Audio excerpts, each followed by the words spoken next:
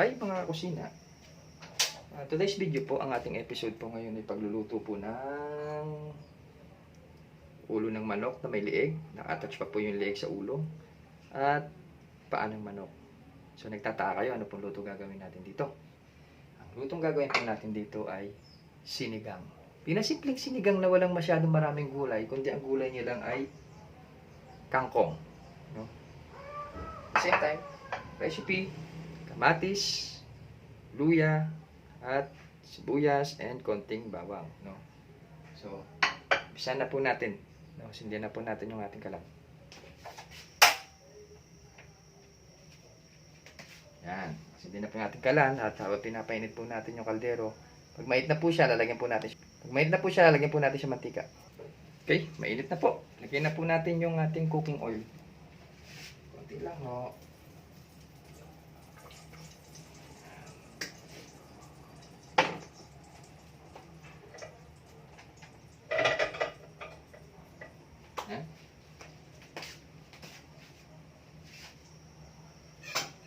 Mainit na po, no? Mainit na. Magigisa na po tayo. Lagyan na po natin itong ating magigisa. Lagyan na po natin yung bawang.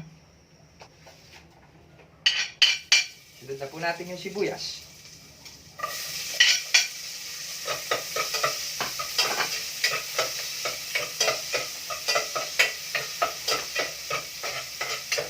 Dahil mainit po yung mantika, sobrang init na niya.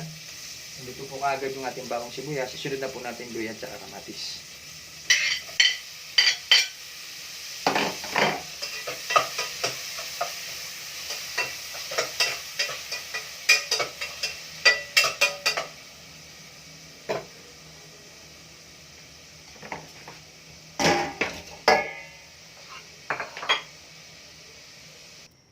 Yung isa pa pong recipe niya pala kanina, ito po kanyang pinagpalambutan, yung kanyang stock. Yan po, pinagpakuluan po iyan ng ulo at saka paa ng manok, no? Para masigurado po kayo na malinis yung inyong chicken stock na gagawin ninyo. Una yung munang gawin, kung nakabili na po kayo ng paa ng manok at saka ulo, linisin nyo po, tsaka nyo po pakuluan sa luya, and then itapon nyo po yung unang ulo para mawala po yung amoy tsaka kakaibang lasa niya.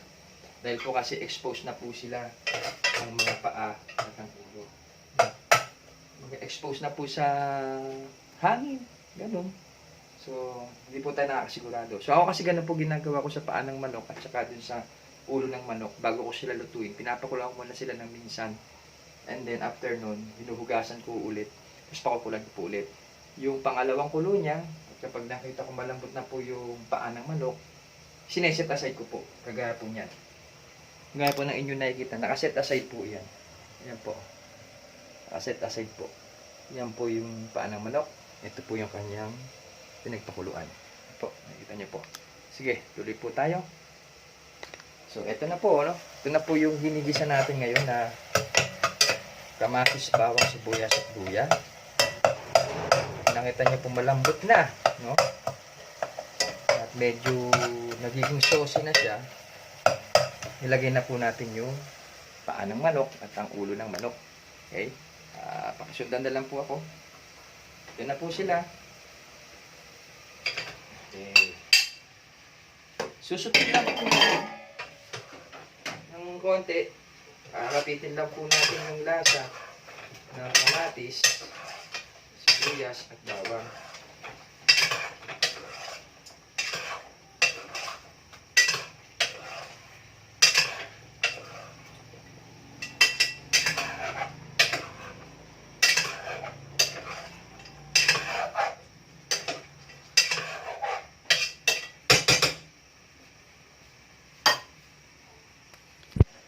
Po yung itsura niya pagka siya po ay nagigisa na. Ayan po ang itsura niya. Ayan siya nagigisa.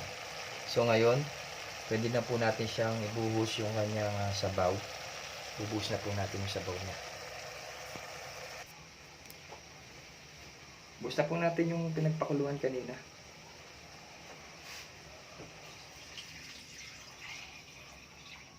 Alright. Diba? Then, takpan po muna natin. Tayo po natin siyang kumulo. Kapag kumulo siya, titimplahin na po natin siya. Titimplahin na po natin siya pagka kumulo siya. Naghihintay po tayo magpakulo. No? Hintay po natin siyang kumulo. Actually, ano po to the best din po ito sa pulutan. Ano, sa inuman. Pampayamasmas. Sabaw. At napakatipid na pulutan. Paan ng manok o kaya leeg ng manok. No? Napakatipid po niyan at for trivia po, ang paa po ng manok ay mayaman po sa collagen, pampalusog ng ating mga kutis. No? So, in-encourage ko po kayo na gusto niyo ng tipid na ulam, paa ng manok po. Marami po tayong magagawa. Pwede po natin itinola, pwede po natin i-adobo, pwede po natin isinigang, at kung ano na pang luto na pwede natin gawin dyan sa paa ng manok. No? Pwede din pong kaldereta na paa ng manok, na pwede mong haluan ng ulo ng manok na may liig. Napakasarap po niyan. Ayun na po mga kusina, kumukulo na po siya. Taas ng kulo niya, oh. Grabe. Tingnan natin.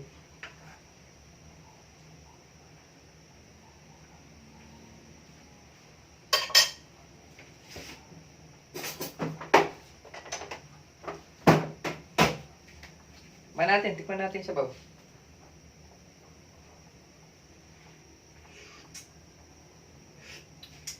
Okay. Ngayon, lagay mo natin itong sinigang mix.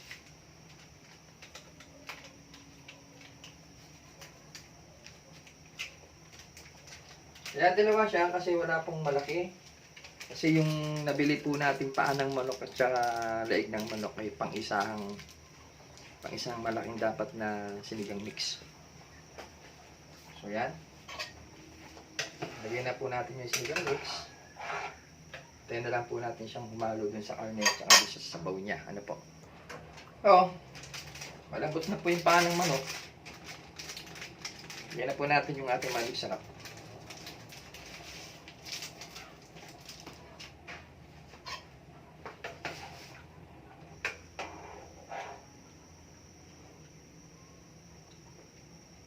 Then, malambot na po siya at nailagay na po natin yung ating mga pampalasa. Pwede na po natin ilagay ang gulay. Ang kangkong. Masarap kasi pag maraming kangkong.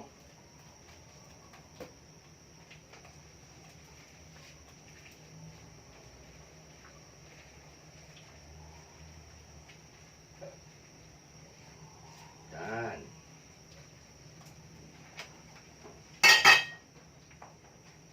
Gusto ng crunchy yung kangkong ninyo? Ayun ang overcook. Pagkalagay po ni kangkong, takpan niyo po. Bilan lang po kayo ng mga 30 seconds.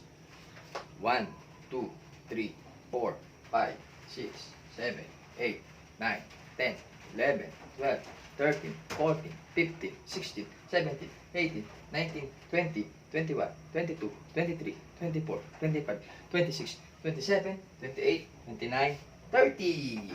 Okay. Diba? Pwede nyo nang hanguin ngayon si kangkong.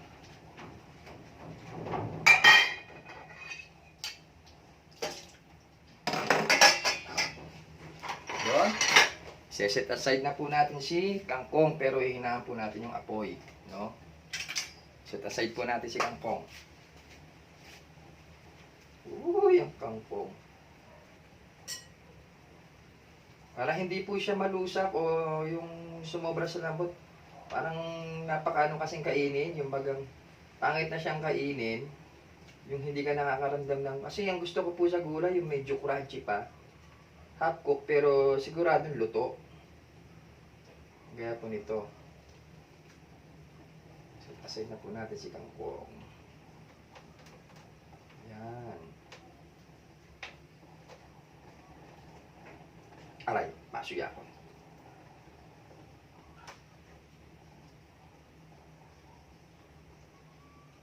Okay? O, di ba? So, yan. Yan siya, mga idol. Yan na siya, idol. Yung gulay ng, ano natin? Yung gulay ng ating sinigang. Yan po siya. Ang ating gulay ng sinigang. Ang ating, kumukulo-kulo at napakasarap. So, kikita nyo na, no? Luto na po yan. Pwede na pong kainin yan.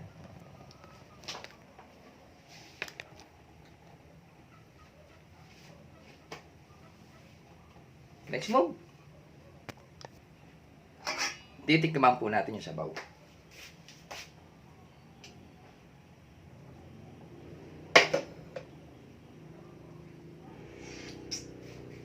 Ay, masarap.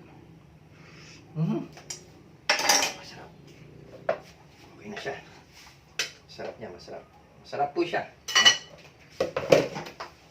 Pala po natin. At patayin ang kalang.